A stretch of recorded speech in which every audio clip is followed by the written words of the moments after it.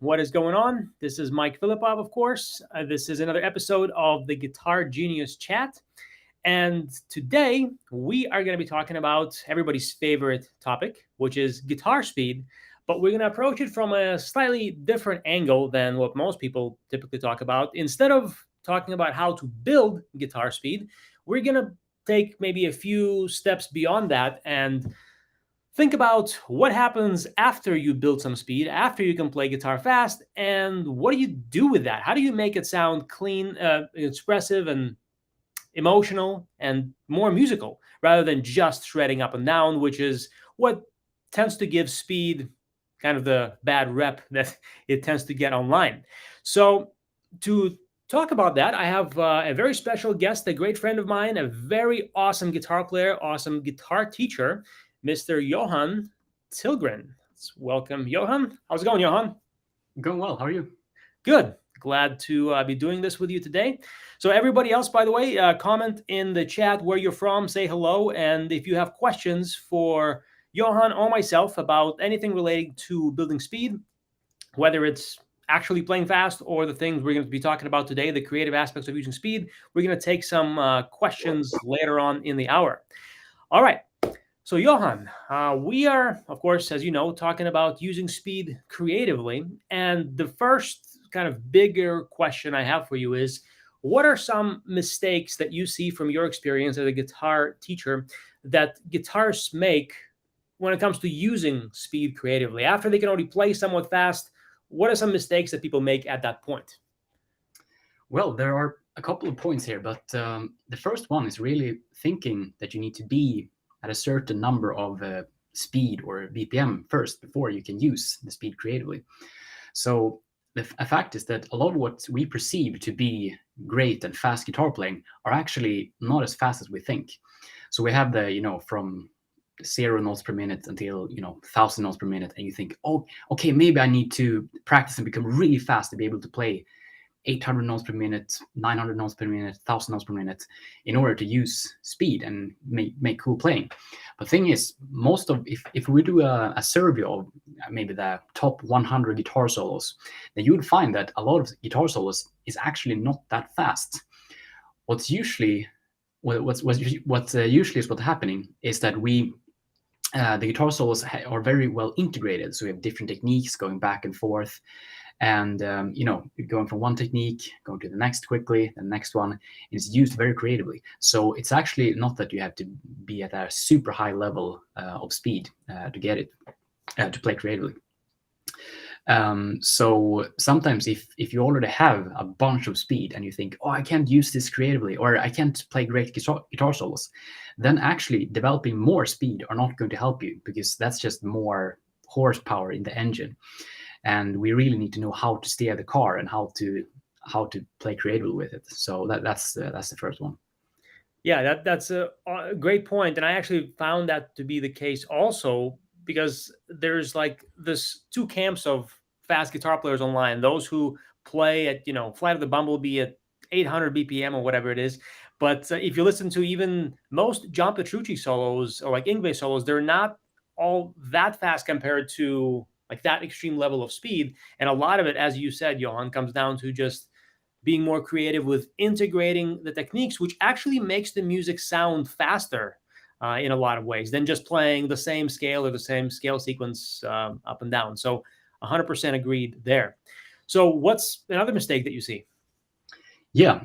So another thing I noticed is a lot of people think that in order to play fast and use it creatively, you have to invent stuff on the spot. But a lot of what we hear in guitar solos are actually pre-planned, pre-rehearsed, even if it's improvised. So, for example, Paul Gilbert, if you hear him play and improvise fast things, he can go on for an hour just playing fast.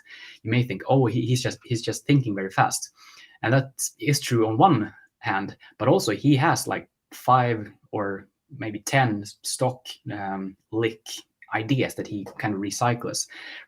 So, for example, we have that's a typical Paul Gilbert thing. And then he also has something like, that's also typical. And then what you do is you basically string them together like words in sentences. So you can go like,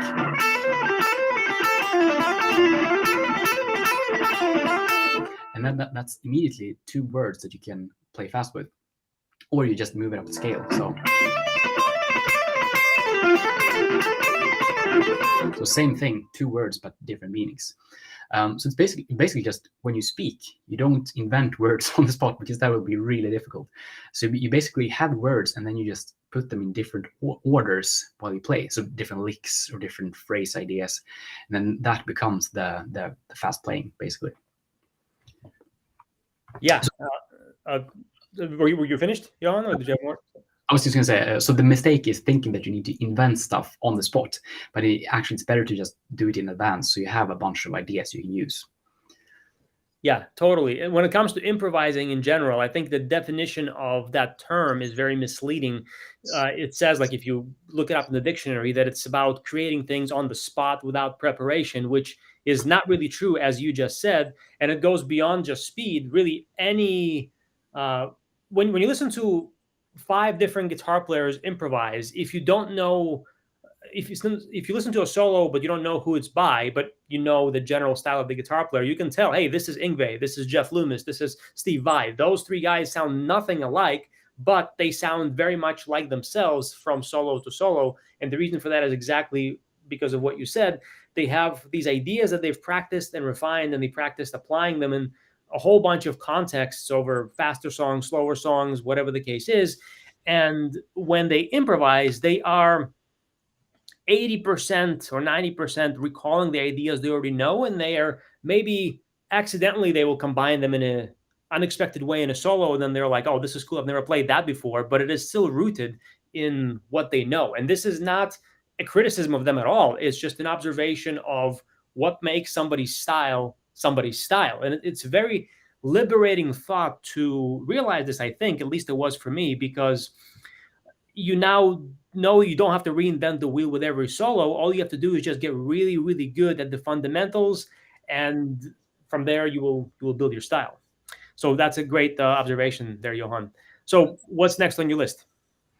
Well, next one is a mistake that's used when trying to use speed creatively is basically using speed just because you can, instead of or at inappropriate places, instead of making it fit the music.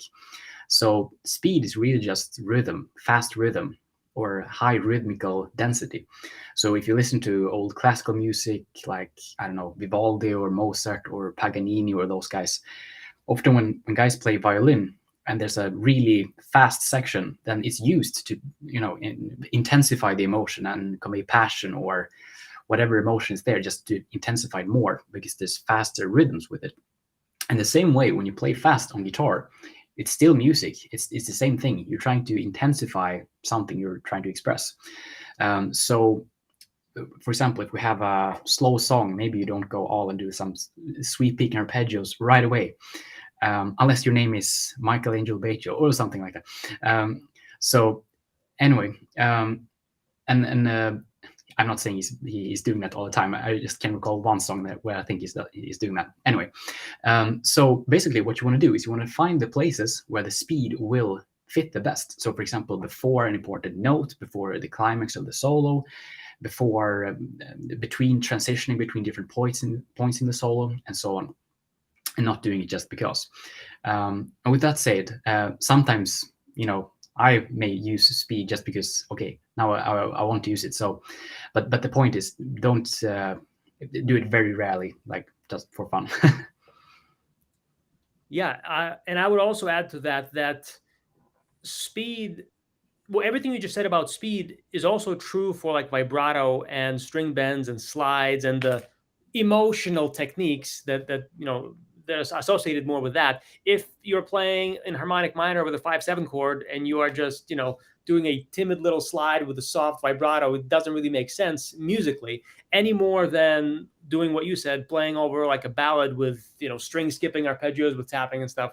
It makes just as little musical and emotional sense. And I think it's important to bring both of these things into balance, not just talk about speed, but also like when is it inappropriate to when is it more appropriate to shred than it is to do the slower stuff? So just to add that little balancing point to your argument there, Johan.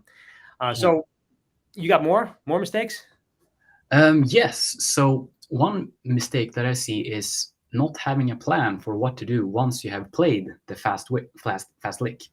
So sometimes people learn to play fast and then they play some,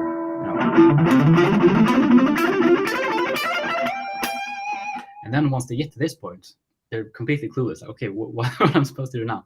So basically, you need a plan for what to do once you get there. So it could be continuing a melody, it could be vibrato, it could be going to some different place, but basically knowing where to go next. So always thinking about what do I need to play next. And if you don't have this, it will just sound out of place, and there will be like sort of breaks in between the music. So you play a phrase and then you just stop randomly at a note, and the listener can hear the thinking time. Okay, where am I supposed to go now? Okay, well, here's India. Okay, let's play this melody, and then you do another fast thing and you land on some random note to give yourself thinking time to do the next thing. But you really don't want to do that. What you want to do is basically try to think in advance how you will continue once you play the fast lick. So basically, as long as you're thinking just one step ahead, your solos and your improvisation will sound a lot better. So Yeah, this idea of thinking ahead is so crucial for really everything. Improvisation, as you said, Johan, and also generally for practicing. I find that I was just actually writing a feedback to one of my students who sent me a video of his playing, and I could tell he was playing fast, but his hands were.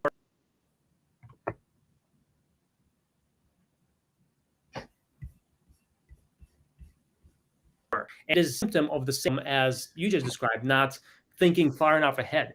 So speed in general this is not going to blow anybody's mind, hopefully. Speed is a relative term, right? So 200 BPM 16th notes can be fast for somebody. 100 BPM 16th notes can be fast for somebody, right? It's all relative.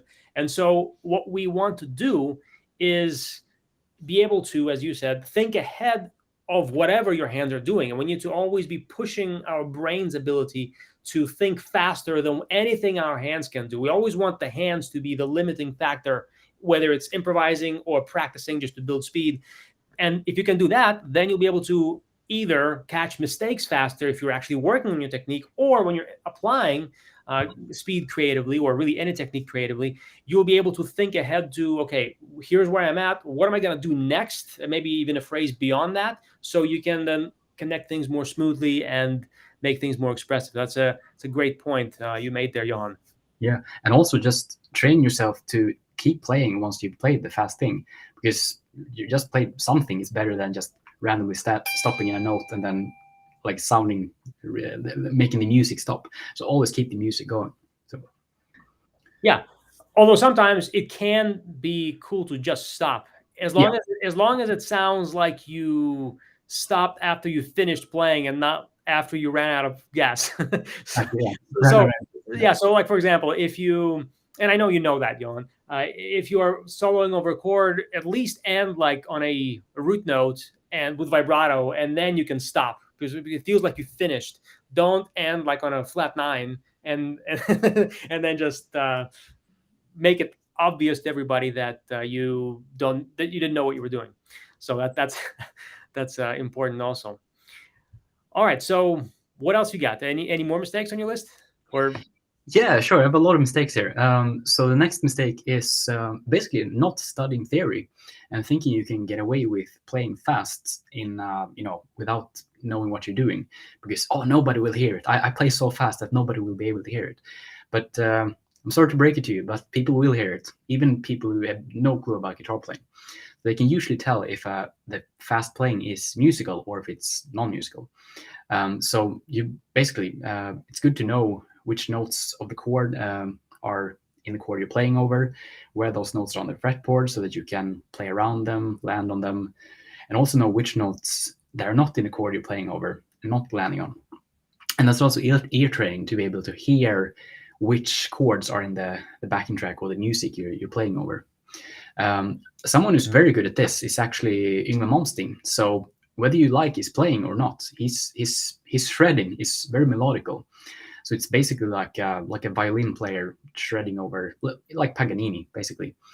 And he knows what he's doing. So he's playing, different licks, different phrase intensities over different chords.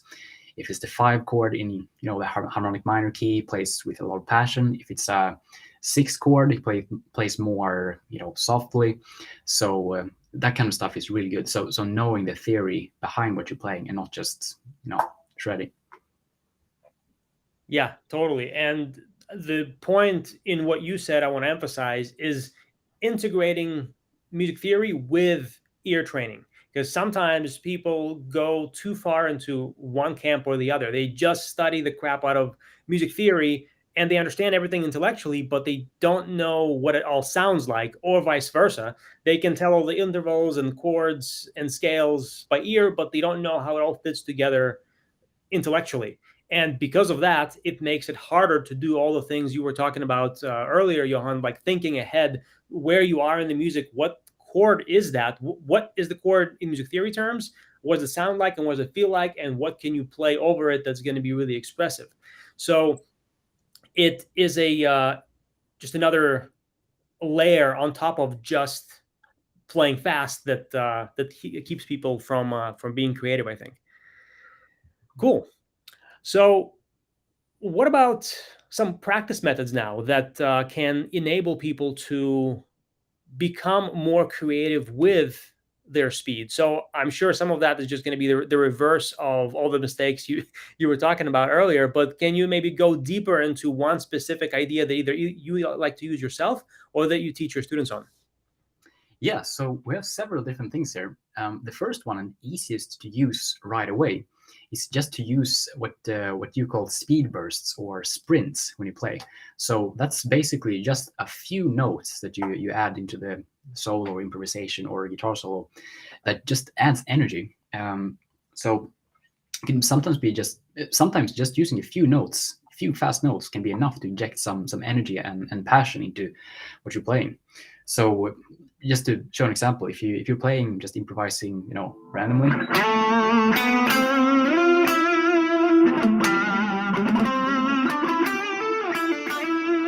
then you might add some short, fast thing like.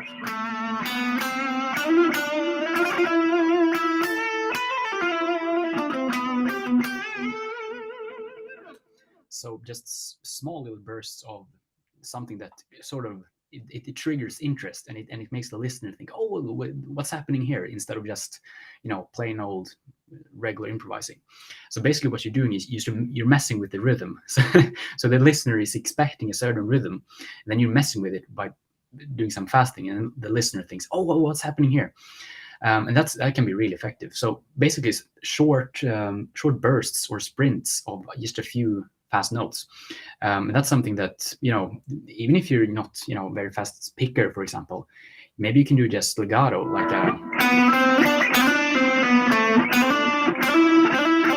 most people can do that, just hammering 2 notes really fast.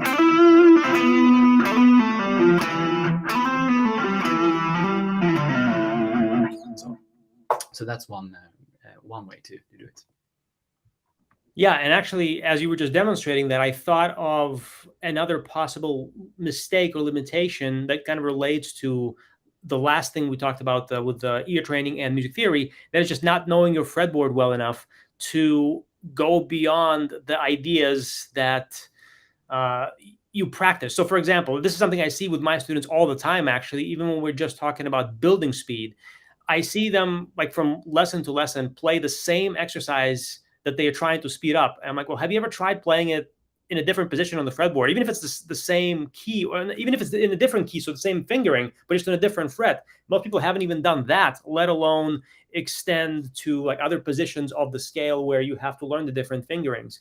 But the more you know how to visualize the entire fretboard as one giant scale shape, where, let's say, the 7 positions of the major scale or harmonic minor scale, whatever scale you use, you see them as like jigsaw puzzle pieces that snap together and they map out the whole fretboard. So any lick you learn, if you learn it starting from the 10th fret, you can also play it on the 1st fret, and whatever the case is, you can run up and down the whole fretboard. That is going to make it so much easier to do everything you ever want to do, and specifically the speed burst method with creativity you were just talking about, Johan, because oftentimes when people play a melody and they try to do like these little fast speed bursts, but they don't know what are the actual notes they can play that are going to be in key and they're going to fit with the melody. So that is, I think, an important point. I know you know that, but I just wanted to throw that in there for people who Really? may not be aware of that. Yeah, totally. Yeah. So what else you got? What other methods you like to use for using speed creatively? Yeah. So the next one is really interesting. So to make an analogy to running, if someone told you, okay, now you're going to run as fast as you can, and you're going to creatively change directions while doing so, that would be really weird. Like, again, I'm going to run left, right in a creative way. It doesn't make sense at all. But if someone did this, they place these, like in soccer practice or football practice, we have these cones that you place one cone there, and then they told you, okay, run as fast as you can to the first cone, then as fast as you can to the next cone, and as fast as you can to the next one. That's really clear. It's really easy. Even if you have to slow down a little bit to change directions, you know where to go. So a similar thing you can do on guitar. So instead of just thinking, okay, now I'm going to play all over the place and try to improvise fast, I'm going to decide on what's called structural pitches. This is something I got from Tom Hess. So you basically plan out start with planning out 2 notes that you're going to improvise and play fast in between. So we're gonna have a beginning note and an ending note. So for example, let's see this C note here is the beginning note, and then we have this A note here is the ending note.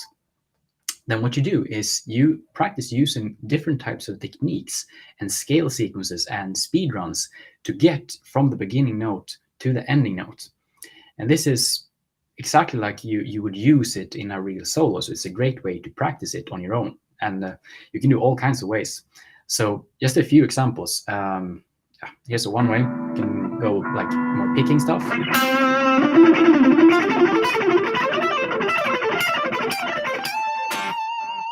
There's the ending note. You can do like legato.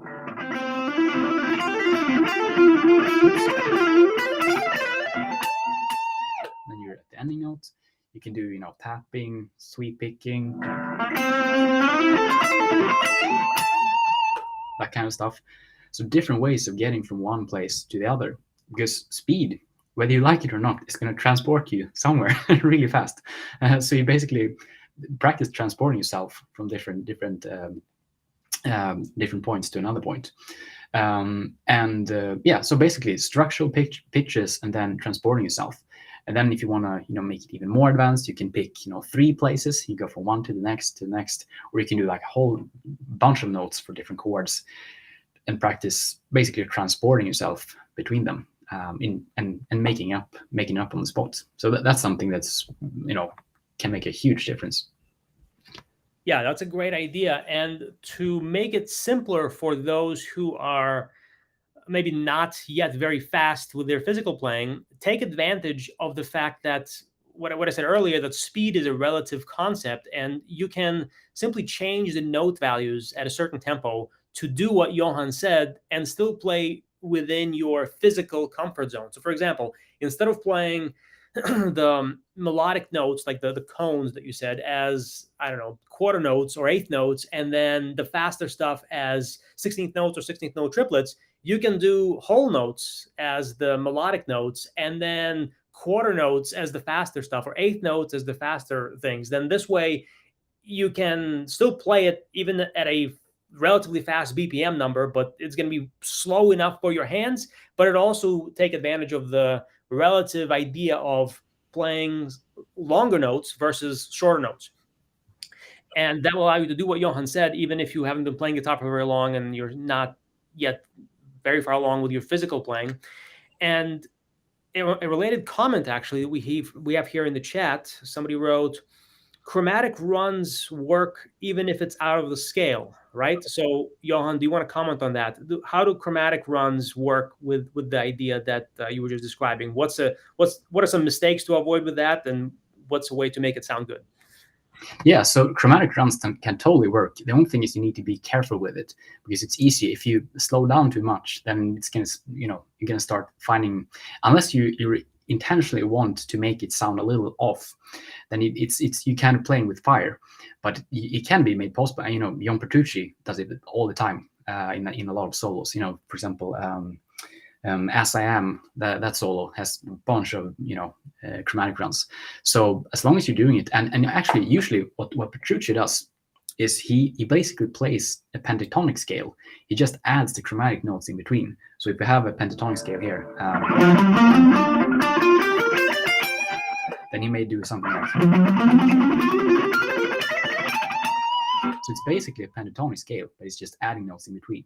So even if you're doing chromatic, unless you're going full chromatic scale and just doing 1 2 3 4 1 2 3 4, I would still try to fit it in and even try to think of where you are at the neck, at the fretboard. So be careful with it. Yeah, totally. It like you said, it's exactly like playing with fire. Going back to knowing your fretboard, knowing music theory, and knowing training your ear well enough to know which of the chromatic notes are in the chord, which ones are not, and so that if you are stopping a note that's not in the chord, you know how to phrase it in a way that doesn't sound like you just made a mistake and you can't even hear that it's a mistake.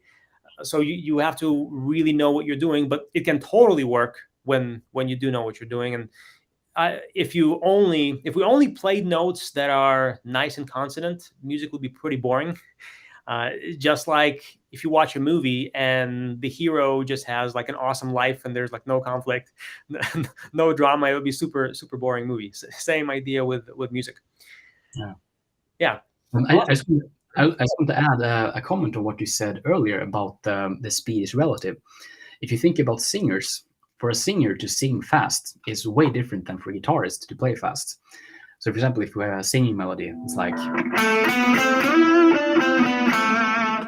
Then if the singer would add something like.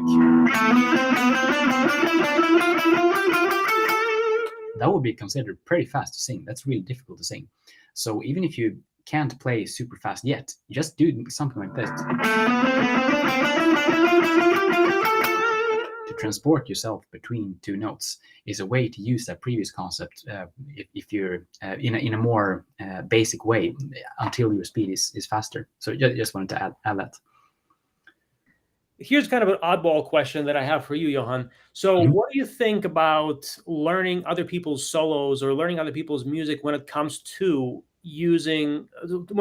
becoming more creative and learning to use speed creatively? Have you done much of that? And if so, do you have a process that's beyond just here's the tab, let me learn the notes and get them clean and stuff? Wow, that's a great question. I have to think about that one. Well, actually, I have learned a bunch of solos. Not usually solos where I think I just want to learn this to learn how it's done, how it works, or just because it seems like a fun solo to play. So I have done this. I've Dream Theater solos. I've learned a bunch of Steve Vai songs, and I haven't consciously thought about how it helps me with my guitar playing. But now that I think about it, I think it absolutely makes me see how speed can be used. And I sometimes, take on some of the concepts and use it in my own playing. But sometimes it's more of a way to see. I use the concept there, but not in my own playing. And sometimes I use it in my own playing. So I definitely think it's good. And about the process of learning it, I would say just learn it. And if you learn it, try to make it as close to the original as possible. So it's not some hack 12-year-old kid learning it on YouTube and like shitty guitar tone.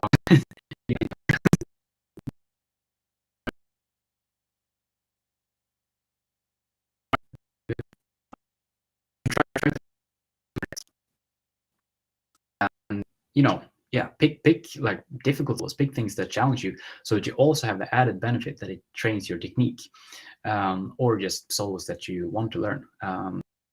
So that's basically my take. Have you done anything like that, like learning solos? And I've analyzed solos a lot, not so much learning them note for note. So I think we kind of did the same thing, except you worked harder than I did at actually physically practicing them. So what I do is I listen to a solo, and if I really like a part, I try to understand from the music theory, the fretboard visualization, and the ear training stuff, why does it sound so good? What is happening musically? And then if I really, really like it, maybe I'll learn just that part of the solo, but not the whole thing. And that allows me to, I think, do what you just described.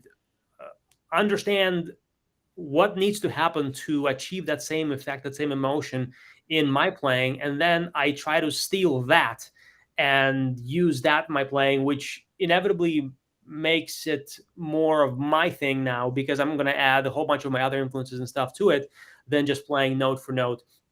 But I think also playing it really, really note for note, like you described, forces especially your phrasing to develop to a high level, because you can't really just let yourself get away with playing it. Okay, it's fast enough, but the vibrato is kind of crap, or the notes are not in time, or there's some string noise there, or the articulation is not as good. So I think we're like running in parallel on this issue. And I know that you learn a bunch of songs. I've seen you play like the Paul Gilbert stuff a couple of months ago. So that was really cool. So I wanted to ask you how what your thought process was on that.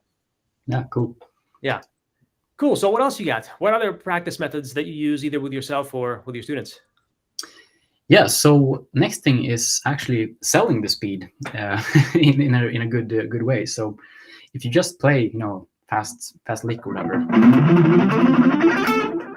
there's not much context to it. It's just a fast thing. And this one may be sort of obvious, but or may not be. But basically, what happens before the fast lick and what happens after the fast lick is very important. So the first thing I'm going to talk about is what basically doing something creative before to get into the fast thing you're playing. So there's a bunch of different examples. We did some of them at Creativity Week at the event a couple of months ago. And one thing is descending slide. That's a Steve Vai thing. So he plays the notes and then slides down to a lick. And just that small little thing makes it sound way different than if he just did the scale. Like, it's a huge difference. It's a huge difference. Then you have, ascending slide where you go up. I think that's more like Yngwie Malmsteen thing. So you go like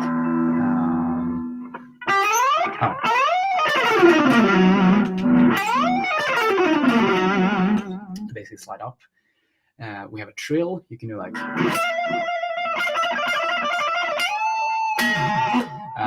we have another thing called an upper neighbor, where you basically instead of just playing a scale like this,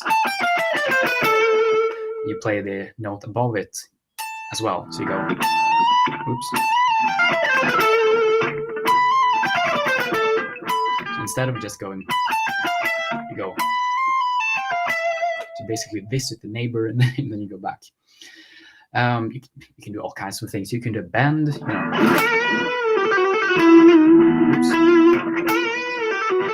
I'm not warmed up, but something like that. Double stop, whatever. Just doing something before the lick to sell it and wrap it up in nice present wrapping, basically. Yeah, totally. And I'm sure you have that coming up as well. For me, one big thing is actually how the speed ends. And I know that's also something you're going to probably talk about. But that is like, if you mess up the faster thing, but you end it on a really cool note, it's a lot easier to forgive that than the other way around, where you play something fast and clean, but then you add on a crappy vibrato full of string noise and and the note is out of tune and stuff. So do you practice like ending the faster moments as well and making those sound expressive? Yeah, totally.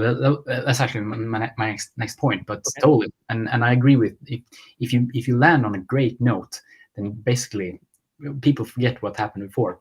So it's like a movie that's really boring, then it has a really great ending, and you're like, oh, that was a great. You remember. You can sort of forgive the crappiness in the beginning of the movie.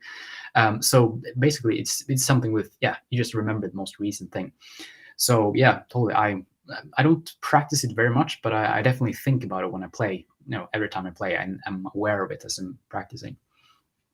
Yeah, and just in general, a little tip for everybody: make sure you practice controlling your string noise when you play, because it's going to allow you to do the things that Johan and I were just talking about with selling the speed and controlling it at the end. Because if you especially when you stop playing fast and you hold out a note for a long period of time, that's when any string noise imperfections are going to become very, very apparent. So if you're just playing fast and you're not really muting string noise very clearly, it doesn't become so obvious because the notes themselves drown out any noise that may be there.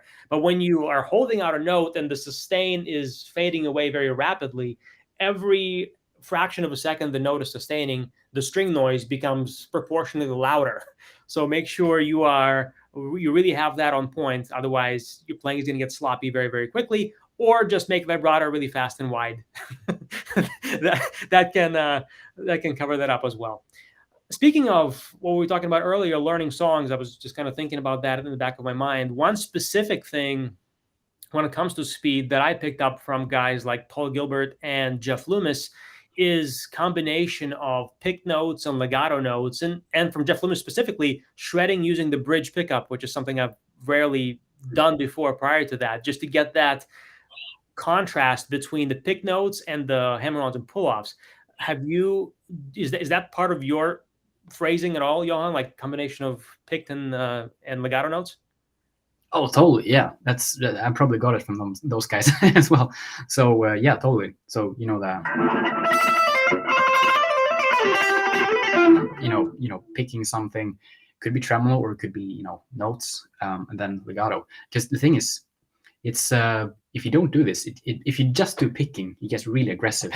So it's really just and if you just do legato, it gets very blurry sometimes. So, some players prefer that, like Joe Satriani does a lot of legato, but I like the combination, like Jeff Loomis, Paul Gilbert, those guys, because it's partly it's because it sounds good, but I think also it's just practical because you can play for longer and you can accent different parts with the picking.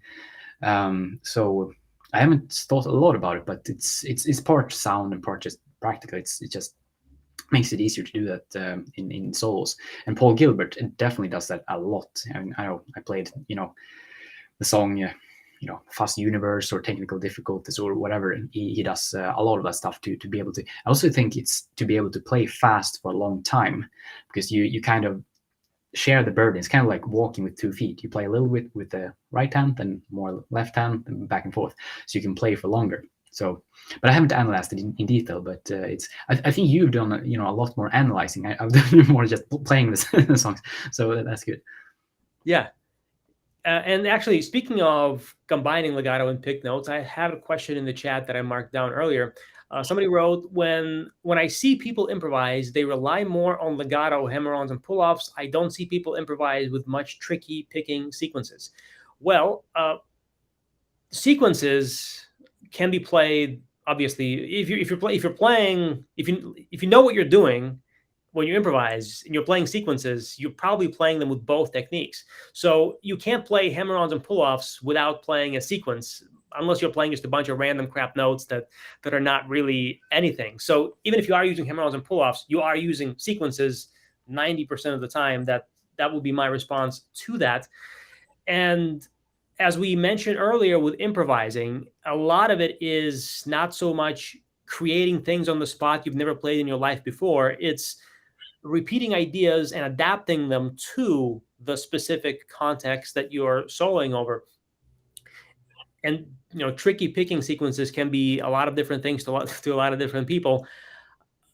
Someone like Paul Gilbert, for example, even though he uses a lot of hammer-ons and pull-offs, he also uses some of his signature 3-note per string picking runs as well.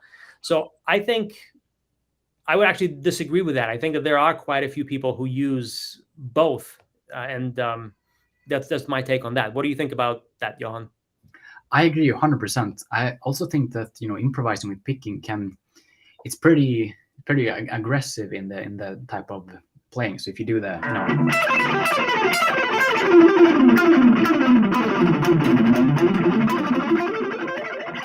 like it's kind of best. For me, I think it's better to save that until specific moments where you want more intensity, maybe not aggression, but more intensity when you're playing. So it's really intense, fast playing. So I think that may be why a lot of guitar players use a combination of legato and picking, because it's just a little less intense, even if it's the same speed. So that's my spontaneous thought about that. Yeah. And also, I mean, let's call a spade a spade. Picking fast is probably harder because it takes more synchronization and more control. So that's why many people may gravitate towards legato more so than picking. But, you know, if you look at the top guys like Petrucci, Paul Gilbert, you know, Michelangelo Bedio, all those really top echelon shredders, those guys can and do both. And there's no like rule or whatever that you have to use one or the other. But when you practice enough and you get both skills up there, you can definitely use both. Cool. So what else is on your list, Johan, for methods for applying speed creatively? Yeah. So a couple of things, just a couple of ways you can end on end a fast lick. You know, you can do like you said, also vibrato. You can do like a slide, just slide down, whatever, look cool. You can do a bend. That's typical. You can do a double stop. Like bluesy kind of playing. I know I played a lot of 3-note per string stuff, but you can totally use it in blues or whatever, pentatonic stuff as well. So that's a couple of ways you can use it. Another way that I was going to go through is you can also do a melody at the end of the fast run. So that's kind of what I said in the beginning about training yourself to continue after you play something fast, so you don't just always. You can't stop on one note or use an ornament of some sort, but also just trying to continue playing. So, for example, if you do an arpeggio, you can continue with the melody. So.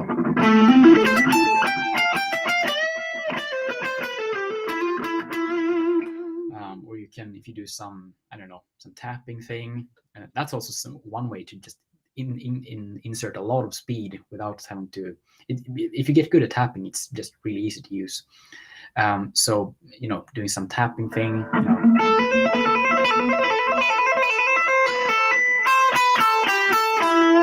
Just continuing to play after you play the fast thing, and trying different ways of doing it. Just playing a melody, playing the melody of the song you're playing. The vocal melody, whatever.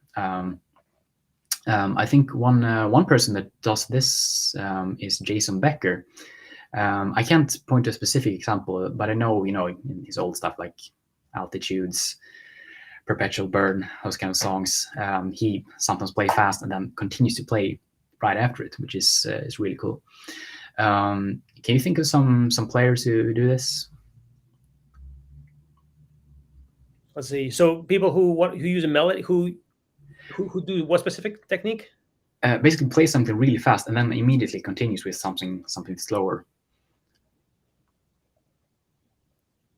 I think really like all the top guys can do that. Yeah. I can't think that anybody who is like good at this and then like a bunch of people who are not.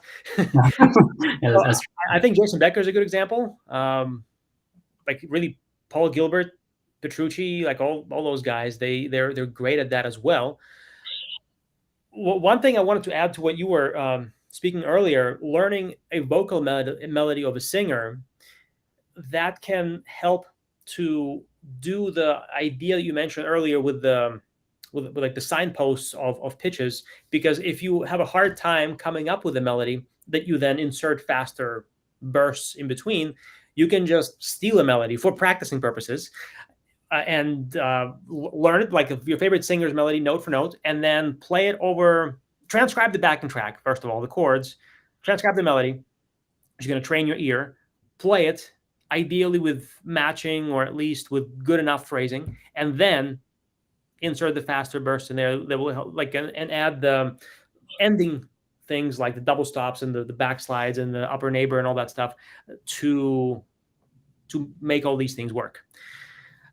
So Johan, I was going to ask you actually, so these ideas that you've been mentioning, how do you fit them? Let's say I've got an hour to practice and I still want to also get faster and I want to work with my music theory and, ear training, all those fundamental skills. How would I, or how did you fit the creative practice methods we were talking about into the bigger picture of, let's say, an hour of practicing with all the other stuff? How would you do it? So always, start with technique first, just raw technique, just increasing the horsepower in the engine. That's a good thing.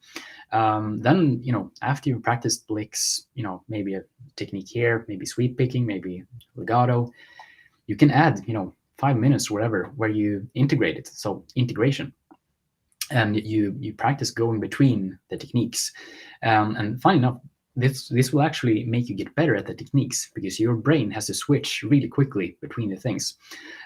So it's the interleaved practice philosophy, where you have two things and you switch between them, like item A, item B, item A, item B. And this makes you get better at both because you have to recall them faster. So it actually makes you better at the techniques as well, just technically. But that's also what you do creatively, shifting between them. So I would probably do technique first, then a couple of minutes just practicing integrating whatever you just did. And then, phrasing elements, and then maybe end with, 5 minutes just improvising. Yeah, I agree with that. That's a good approach. Starting with technique first is going to make it easier to then do the creative stuff later because you're more warmed up, and it's just everything flows better after that. And also technique takes a lot more concentration in a different sense than listening for phrasing nuances. So we have a question here, or not really a question, kind of a comment. Fretting finger speed doesn't improve with legato practice. So Johan, what would you say to that? So it sounds like the question is trying to improve fretting hand speed using legato, and legato is not helping. What's your advice to someone like that? Well, legato is just a technique. It's just hammer-ons, pull-off. That's how you move your fingers to produce different sounds. Actually, getting your fingers to move faster, you kind of have to practice the fretting hand technique. So, for example, one thing I like to do is just practicing hammering my fingers down like this. So it's basically called hammer-ons from nowhere. And you do that to practice getting sound, like. And this partly trains your fingers to hit the right notes, but it also makes them faster because you have to use quick motions to get them to produce a sound. So I do a lot of that where you just maybe you mute here so it doesn't sound get a lot of noise. So you do like.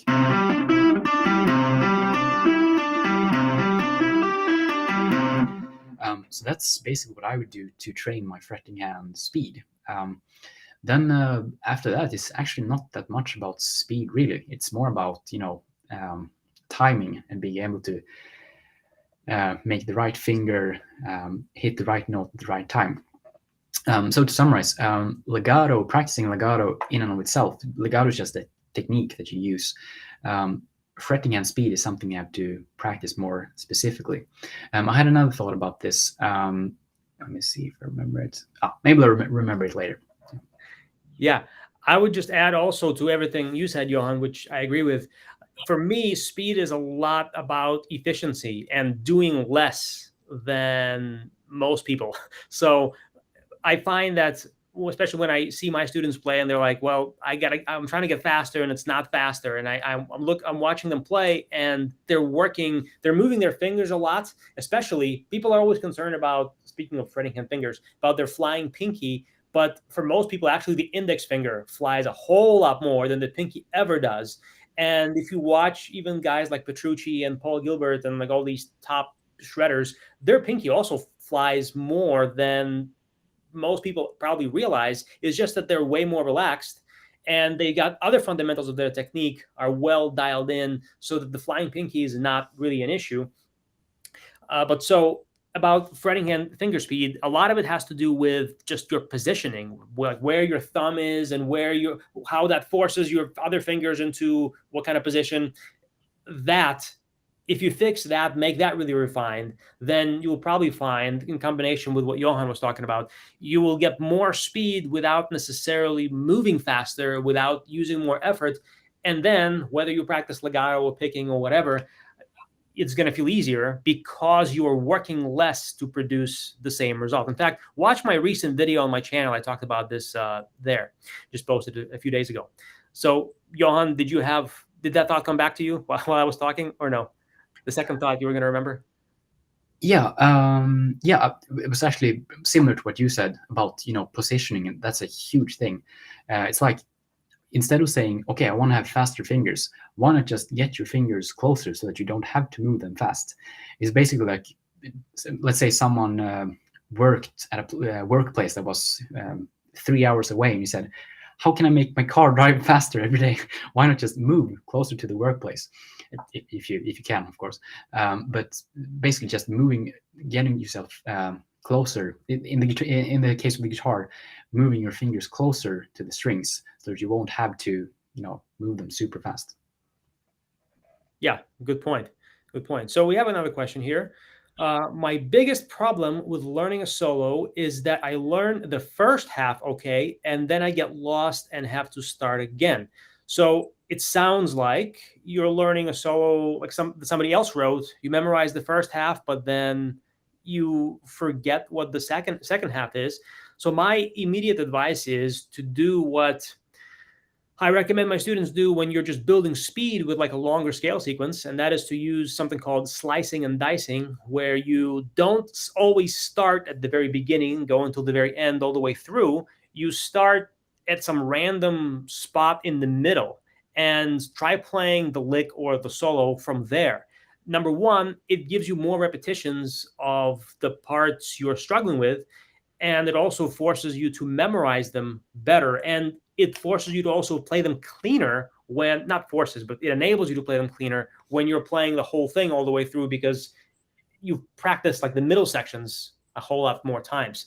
So if I understood your question, that would be my advice. Just actually play the solo from the beginning, from the middle to the end, or from the last quarter, last 25% of the solo. Just practice that little isolated chunk over and over. And on top of that, actually, Johan, you'll probably be the good person to ask about this because you've done more memorization of music than I have. What's your take on how to best memorize a long song? Like, so you're learning a whole Dream Theater song, or like the Paul Gilbert Fuzz Universe song. That song is pretty long. Like, what's your process for that?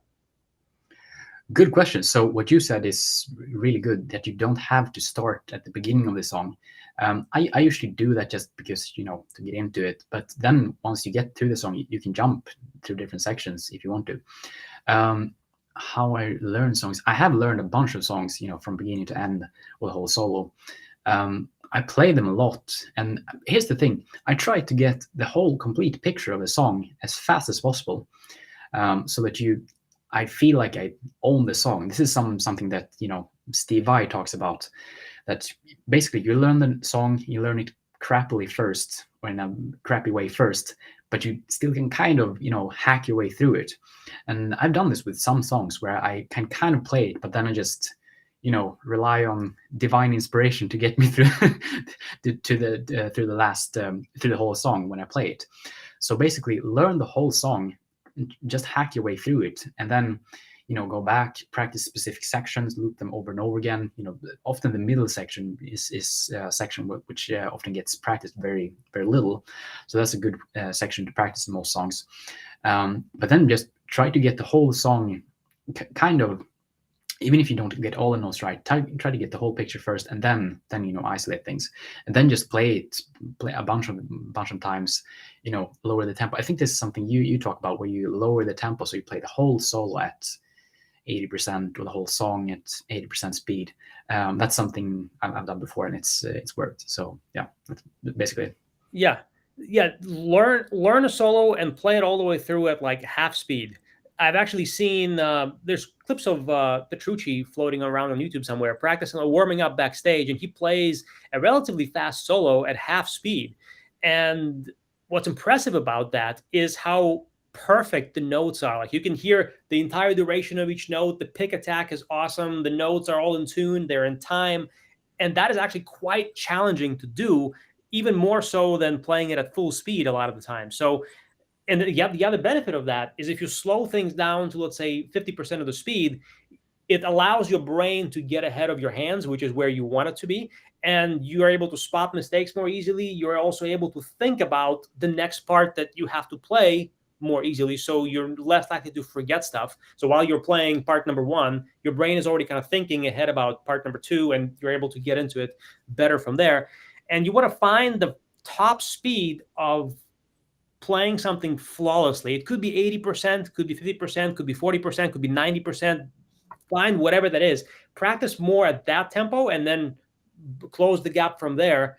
But also, it's important. The most important thing is to be able to get through the entire solo all the way through, and then refine it, as Johan was just talking about. So we have, let's see, one more question here somewhere. Oh yeah, how to practice synchronizing the left and right hands when we play at high speed. So synchronization, Johan, what are some of your ways, now just physical shredding stuff, what are some of your favorite ways for keeping your hands in sync or getting your hands in sync? Well, it's to feel the strings. Actually, yes, that's the most important thing, to feel the strings, slapping against the fingers. And basically what you need to do to be able to do that is to play pretty, with good articulations. You play pretty loudly. So you feel the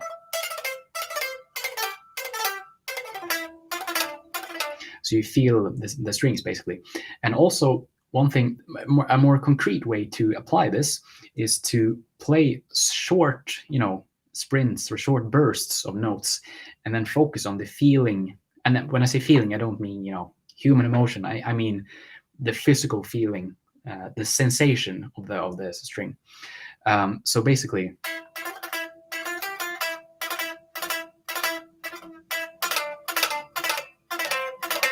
do short little bursts that you practice. And this is basically, when I play, that's the way I judge if I'm synchronized or not. Because if I start feeling that one hand is faster than the other, then I lose this synchronized feeling. It may sound a little, abstract, but best way to try it is just try a couple of notes.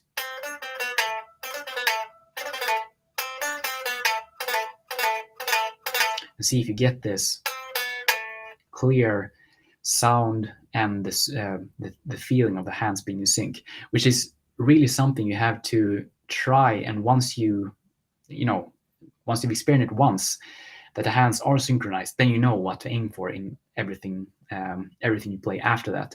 So basically, it's like trying to explain the color of green to someone who's blind. You have to try it and practice it first, and that's something you might talk a lot about in your course, and Thomas talks a lot about it in his videos as well. So it's something to practice. But basically, the feeling of the string. Yeah, and to add to what you just said, Johan, the speed burst that you were doing, for most people, that would be way too fast to try to do. And the reason I say too fast is most people can't hear the notes at the speed you were just playing them. So what you want to do to apply the process that Johan was just describing is, at least the way I applied it when I was developing my synchronization, and whenever I still get stuck with this sometimes, is focus on one note at a time. So in that 4-note fragment you were just doing, force yourself to listen to one, so say the first note that the index finger plays, and ask yourself, is that note clean? Was the synchronization there on point? Could you feel the string slapping against the fingertip? Is the pick attack correct? Were you relaxed while you were playing it? Like those little details as you're repeating the fragment over and over. And you have to be really, really freaking good with your ears, like I know you are, to hear and feel all that at that speed. And if you can't, slow it down to find the fastest speed where you can.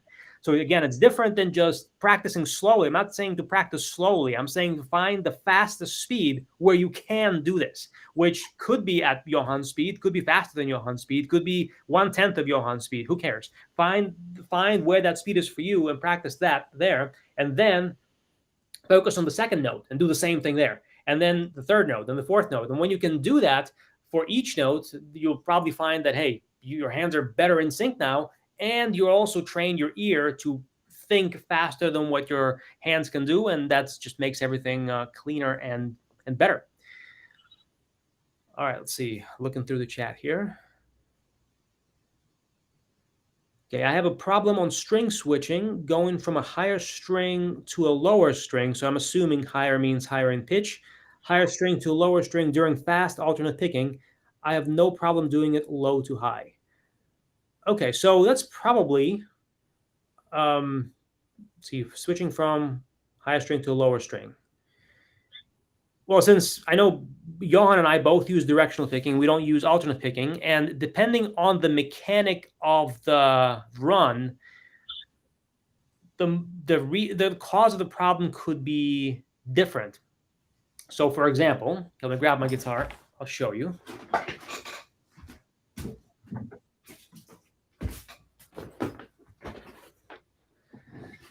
So if we're just playing a descending scale, 3-note per string with directional picking, the challenge there would be to do a proper rest stroke from the last note on the high E string to the first note on the B string. Make sure that you don't stop between strings 1 and 2, and you actually push through in a single motion. So the pick actually is pressing against the B string, like you can see.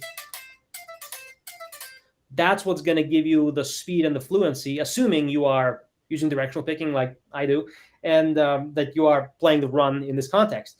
Or if your last note is a downstroke, and then you have to go to play an upstroke on the B string, then what's important is to do this down and away motion with the wrist, so your pick has unobstructed path to get to the next string. And a lot of people mess this up. They do a pick stroke straight down and try to keep it like really close to the string and stuff, which seems like is what you're supposed to do, but then your pick is trapped, it's got nowhere to go. So you have to do this wrist down and away motion, then you can travel to the B string and continue from there. So to sum it up, look at the specific run that you're playing, figure out what the pick is actually doing when you're switching from one string to the next, and figure out which of the two motions you should be using, and then practice it at all tempos, whether it's really slow to medium to fast tempos, to always do that motion, and you will make this easier.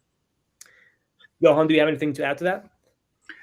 No, just that for some people, going down towards the floor is easier. For some people, going up is easier. Some people say, oh, it's gravity, so I don't have to work as hard. So going down is easier. For me, it's the opposite. I like to go up because then I control the pick motion. Whereas going down, then I have this freaking gravity thing working as well, which makes the hand fall faster. So for me, it's easier going up, actually. But, whatever it is, just practice the thing you're not good at and do that a lot more. Just like in the way that Mike, that you explained. Yes, exactly. All right, so Johan, you have a YouTube channel that has a bunch of improvisations and examples of using speed creatively. So if you guys and girls who have, hanging out here with us today or who watch this later, want to check out more of Johan's playing, the link to his YouTube channel is in the description of this live stream. I highly suggest you follow Johan and watch his videos, like and subscribe to his channel. His stuff is really, really great. And he'll be making more appearances on my channel later on as well. And I have a free little video for you guys. Let's see if I can get it to show up here. There you go. It's a free masterclass that you can access at the link here, which shows you a way to build speed. So we're talking about applying speed once you have it, but if you want more speed, you can check out this video. And this is a different way to build speed than simply starting slow and increasing the BPM a few BPM at a time. It's not that. It's how to build speed without doing any slow practice whatsoever. And for everybody I've ever tried this approach with, it gave them some pretty significant results without a lot of practice time. So if that interests you, check this out. The link on the screen. Again, it's free. Check it out and enjoy. All right. So Johan, thanks so much for hanging out with me today and sharing your great insights about practicing speed and creativity. It's always great to talk to you. And thanks everybody else for hanging out with us and for asking your questions. Johan, you have any final thoughts to say to our audience here? No, just thank you for having me here, and it's been, it's really fun to talk about these subjects and how to, use speed in a more creative way, use speed in a more musical way, and just thinking about how to basically how to use speed musically instead of just play fast. So basically how to use it. So yeah, but thanks for having me, and it's really enjoyed it. Sure. Awesome. So everybody, I hope you had this as much fun as we did. Watch this recording multiple times. There's a lot of things to unpack there. Otherwise, have a great day. Have a great weekend. We'll see you guys next time.